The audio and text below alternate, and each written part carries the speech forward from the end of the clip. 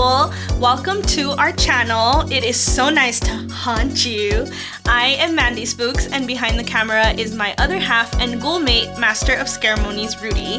We are the Ghoulmates. We keep the spirit of Halloween alive all year, so be sure to hit the subscribe button down below so that you don't miss out on any of the tricks, treats, and spooky things we're brewing up for you.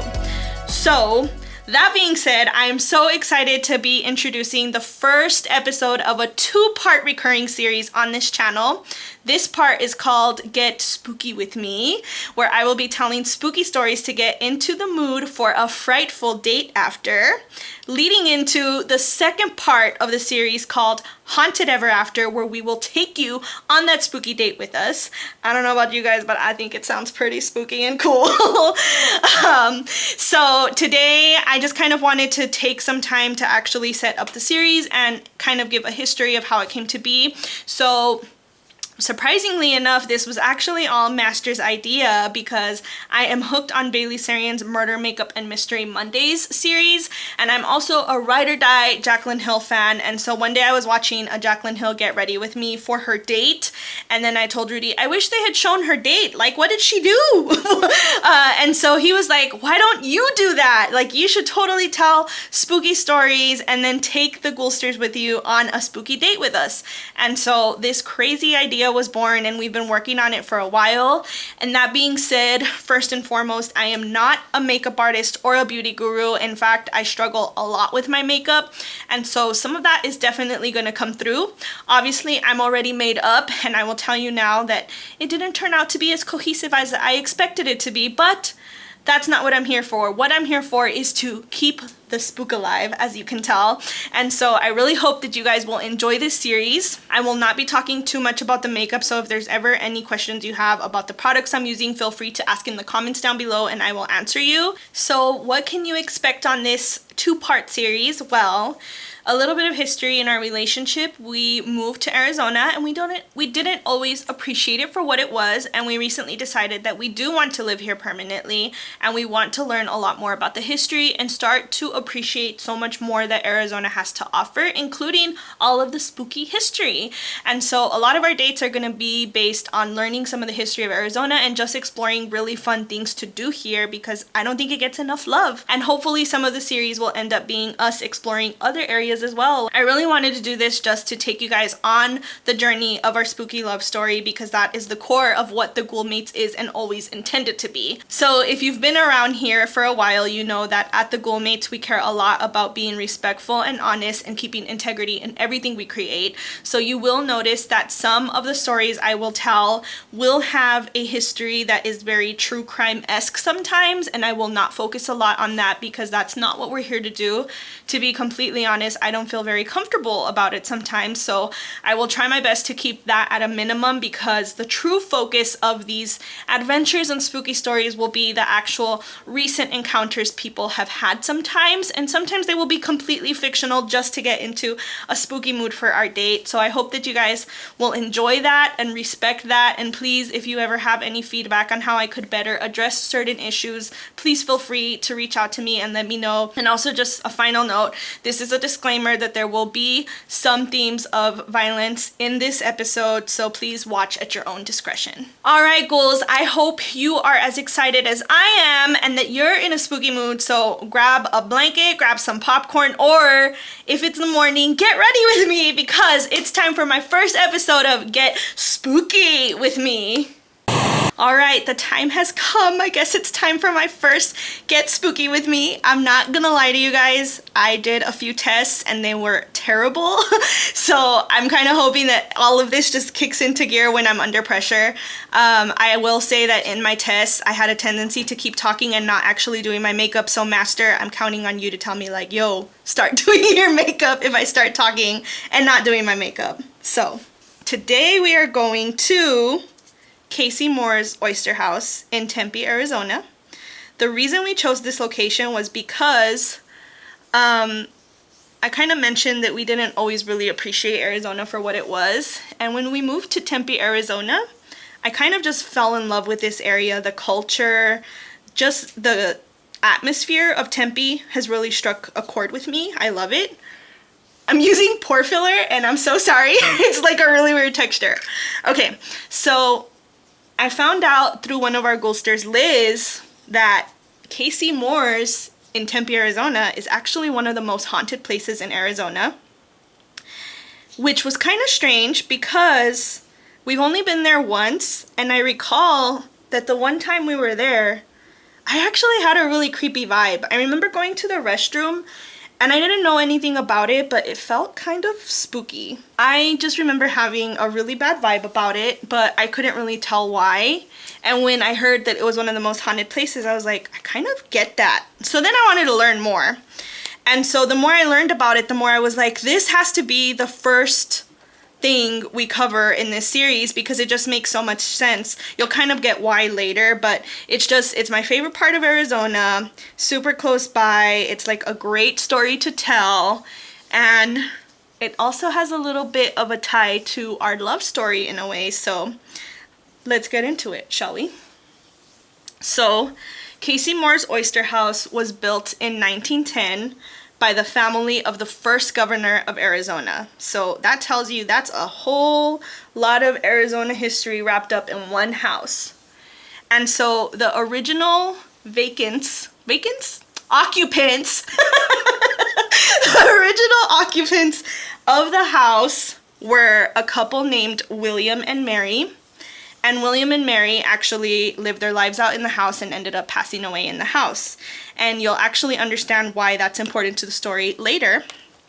But after that, the house actually went on to have so many different owners and was resold several times. This is where this is gonna get hard for me. I didn't even say before I started that I will probably always have a headband on because my bangs have to be styled after the makeup. Okay, this is going off the rails. Okay, so the house was resold several times. There are rumors that at one point it was a bordello, and at one point it was definitely a dormitory house for ASU students. The house is actually located super close by to Arizona State University. Forks up.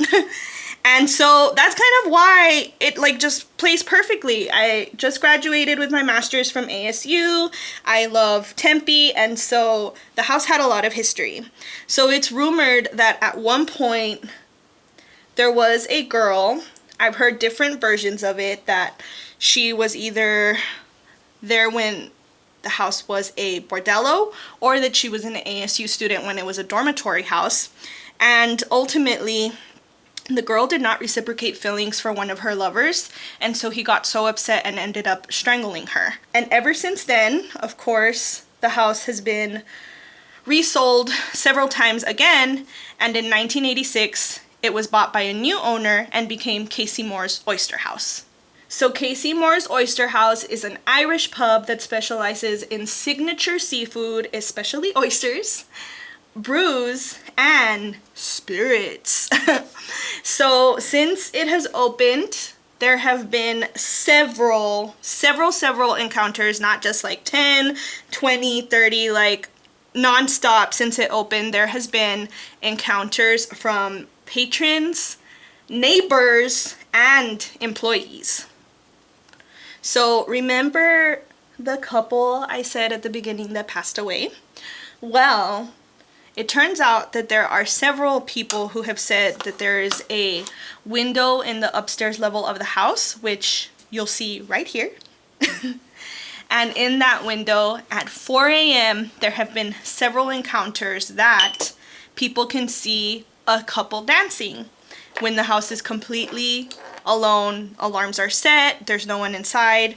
There's been points where people have called the cops to say that there's intruders in the house because they see like a couple dancing in the upstairs window, or they see movement, and cops will go, they won't find anything, and the alarms are still set to the actual house. So there's no proof of anything actually going on, but people claim that they can see stuff going on through that window, which I don't know if I'm bold enough to actually go and look at the window at 4 a.m. yet. So maybe that'll be like a second part to this story one day.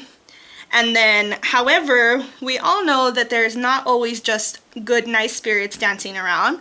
There are also bad spirits. And so one of the recurring encounters has been that people see a woman with long, dark hair and pale skin.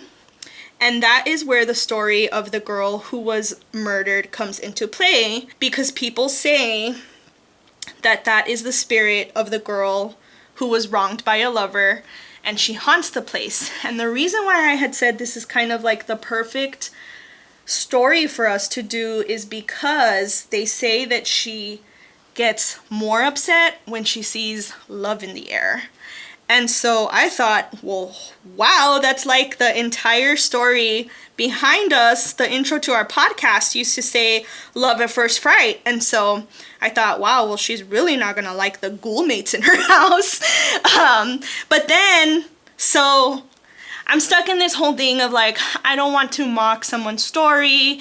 And I also don't want to make entertainment out of it. We're not going there trying to tell you guys like, she totally did something when we kissed in there. Like, that's not our intention at all. Like, mostly we just want to find really cool places in Arizona. And like, I love oysters. They have cool cocktails. Like, we could totally enjoy it there. But if something were to happen, you can trust that it will be true, because we're not going to make anything up. But I did start to do more research about this. And I thought, hey, this is literally like a historical home in Arizona. And I was like, if we're going to talk about her, the least I can do is find out her name. Like, she deserves for her name to be said, you know? And so I started Googling every which way I could, like girl murdered in Casey Moore's Oyster House. At one point, the restaurant was owned by a different owner called Ninth and Ash. So I also looked up like girl murdered at Ninth and Ash, just different search terms to find out like who this girl could be, because I wanted to tell the true story, not something that's been retold several times. And so I couldn't find that story. So it led me to think maybe it's not true. And I don't know, I don't even know how to talk about this, because it's like a touchy subject. Like, what if it is true? And I'm like, that didn't happen, it's all marketing.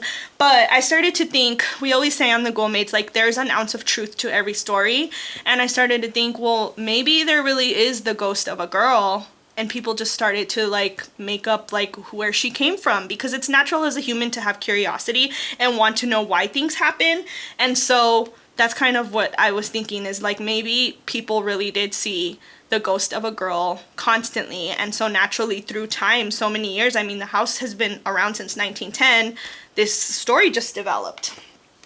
So if you're listening or watching and you have actually heard the real story about this girl, or have more information, please reach out to me or comment down below with her name at least, because I would really like to know more. Maybe it's an unsolved murder. Ooh, and maybe like, it's a ghost that nobody's been able to, or a body that's never been able to be found. I got goosebumps, boo. I don't know if you can see, but I'm like, oh, that's like so creepy and sad. Master's thinking, what if it's an unsolved murder? Like, maybe they never caught the murder, or maybe they don't even know who the girl really is and she's still inside the house somewhere. Is that what you're saying? Okay, that just makes it even more sad. So the other thing is, at one point there was also a point where somebody found a photograph of a really young boy inside the house, which is now making me think even more, because after they found the photo, people have claimed that they've seen the spirit of a young boy in the house too. I mean, this house is so old. There's been so many people who have passed away in it. So there's no way to really know like every single person's story that has passed away inside the house. So part of the speculation is also that a young boy passed in the house. And so your story or your idea makes complete sense, Rudy. Like, maybe people can just feel that something happened to that girl in the house. I don't know. Alright, here's where it's going to get a little tricky for me, because it's time for eyeshadow. And blending is not my specialty. But, so the girl, let's talk a little bit about what people have seen with this girl. So there have been times when employees will be there late at night, like when it's last call, and they'll start to feel somebody in the corner of their eyes. Like they'll be so sure that there's like a patron standing there, and they need to tell them like, it's last call, we're getting ready to close, and then they'll actually turn and then they don't see anything. It's gone. There's also been times when one of the employees has actually seen a girl making her way upstairs. There were 2 employees that saw her, and one of them was like, hey, did you see that girl? And then the other one was like, yeah, you should go tell her that she can't be up there because we're closing.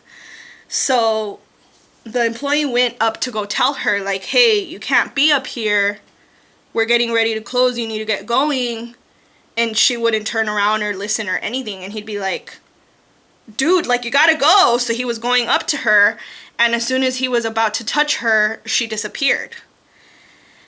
And I'm starting to get freaked out again. I was doing this research last night, and I couldn't sleep because I started thinking, like, this poor girl's gonna follow me home because I'm trying to dig up stuff about her.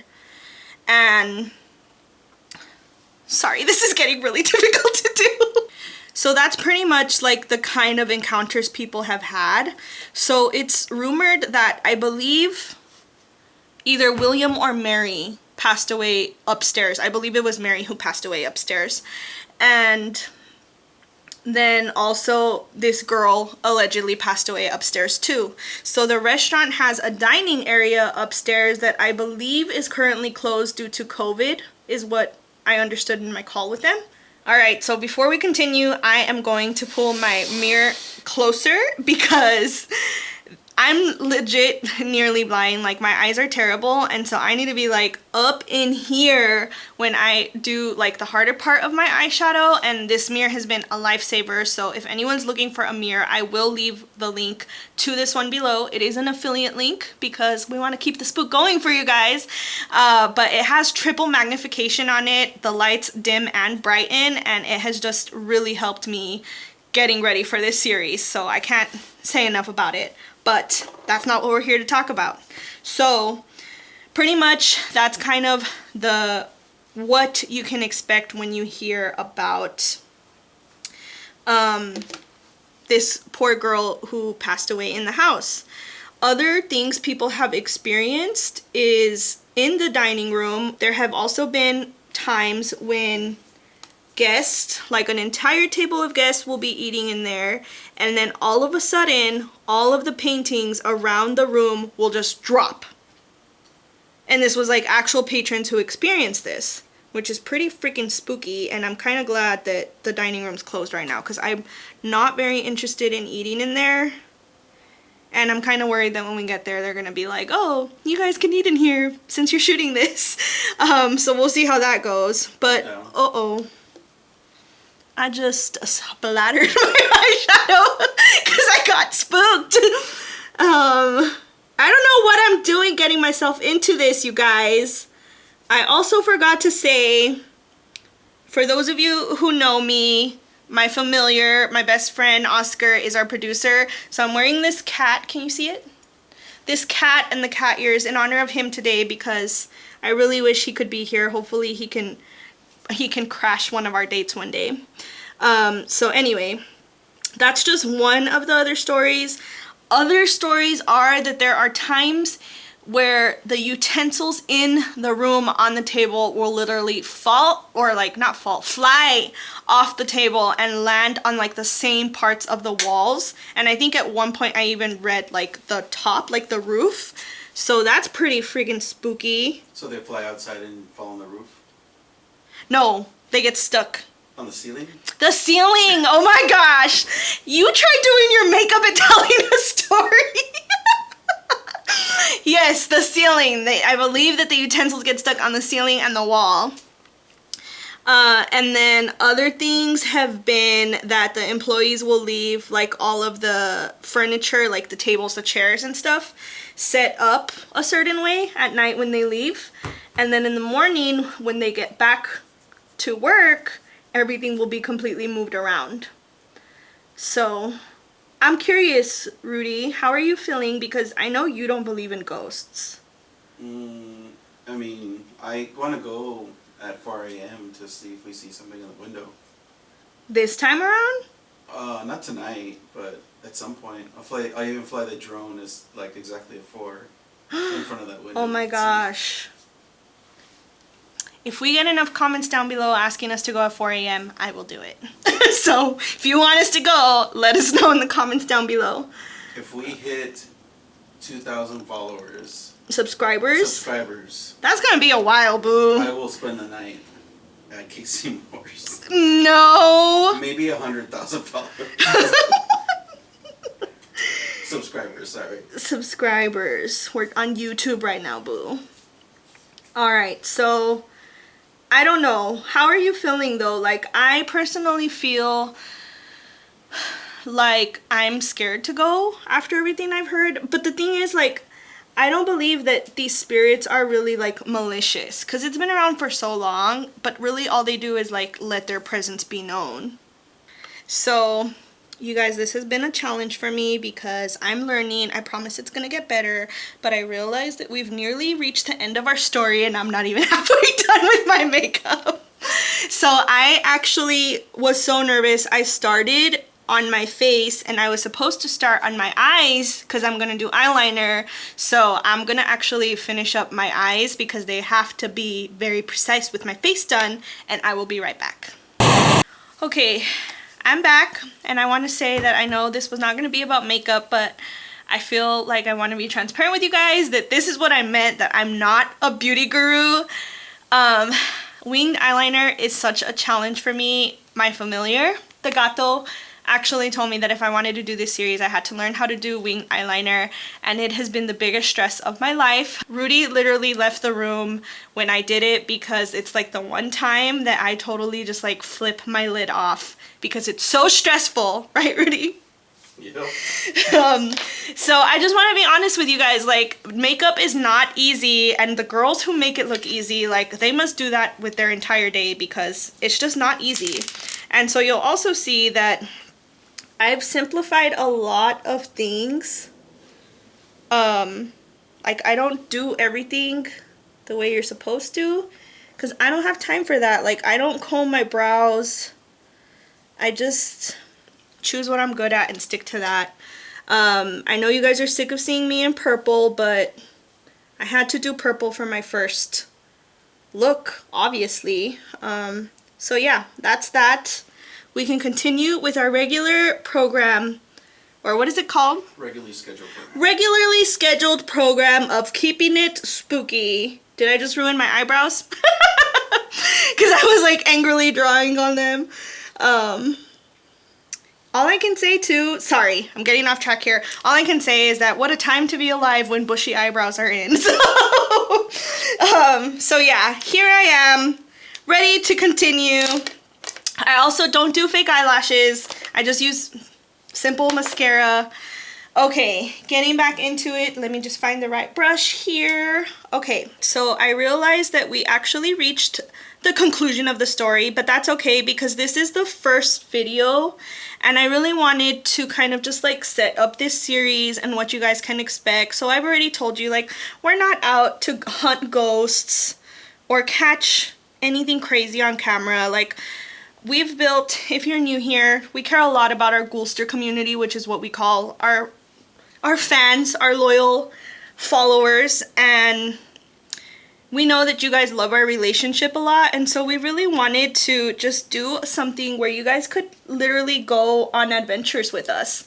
We have a Discord that's open to our subscribers on Patreon, and we talk to them on there every day, and like, it really has become like a little family in there. We've talked about life changes in there, how we're keeping the spook alive all year, and this was actually not intended to be a marketing plug, but if you're interested in something like that, I'll put the link in the description below as well. It's patreon.com/theghoulmates. And so we've become a family in there, honestly, and so Rudy was really like, it would be so cool to take them on our dates with us. And so that's the point of this series. And it's hard because we really do want to keep the spook alive, but I've found like so many of the locations that are haunted are like restaurants or bars, and I don't want it to become like a restaurants and bars series. So if you guys have any date ideas, whether it's like totally random, like, I don't know, go bowling because there's this spooky story about bowling or whatever it is, or if you're from Arizona and you know about like a really spooky place or a haunted history or anything you think would be like really fun to see us go on a date, just let us know in the comments down below. We're open to suggestions. We have our first few planned out already, which we're really excited about, but we really just want to keep the spook alive in our relationship too. Like, it's so fun for us to do video together, for Rudy to watch me get ready, and to just get excited for our dates. So if you got any spooky stories also that you want me to tell, leave them down below, because I'm sure I could find a themed date to put them with, right, Rudy? Correct. I will say that I know one day we eventually really want to go back and do some stuff in our hometown, El Paso, Texas. Specifically, there's a really spooky cemetery over there called Concordia. And it's like very famous because you can see it like right off the I-10 highway. And it's huge. So, and they also do like ghost tours there, I think. So I think that that will be fun one day if we can ever find the time to go on vacation to do that. And then what else? Jerome. Oh yes, Jerome is on our list. If you're from Arizona, you know that there's a ghost town called Jerome in Arizona that's very popular. And I think I keep putting it off because, like, I just want to do it right. Like, it's going to be a huge production when we go. There's so much content to grab there. And these dates we're trying to do in one day, like, this has taken up the whole first half of our day. The setup, and then, of course, tonight we're heading out to Casey Moore's Oyster House. And so we are just really excited about this series, and I obviously did not plan out my time well when telling this story, but I know that you guys are gonna appreciate it and like understand that it's a learning curve for me. But this is also a lesson to you guys that if there's something you want to do not limit yourselves. Go for it, tackle it, because if I can do this, which was a major challenge, you can do it too. So I'm gonna slap on my lips before we finish this thing off. Alright, ghouls, here it is, my final look. I'm so glad that this is over with, to be honest. I realized I forgot my highlighter too, just because this is my first time. I don't know how Bailey does it. There's like tons of details in her stories and a whole lot more detail in her makeup, so props to my girl Bailey, because she is so talented at what she does. But I also wanted to say thank you so much if you're still watching, because this has been a work of love and labor for quite a few months now. You guys have been seeing it come together, so thank you so much for joining us. Be sure to hit the subscribe button down below, because you don't want to miss the first episode of Haunted Ever After, where we're going to Casey Moore's Oyster House. Until next time, sending you goals and kisses. Bye!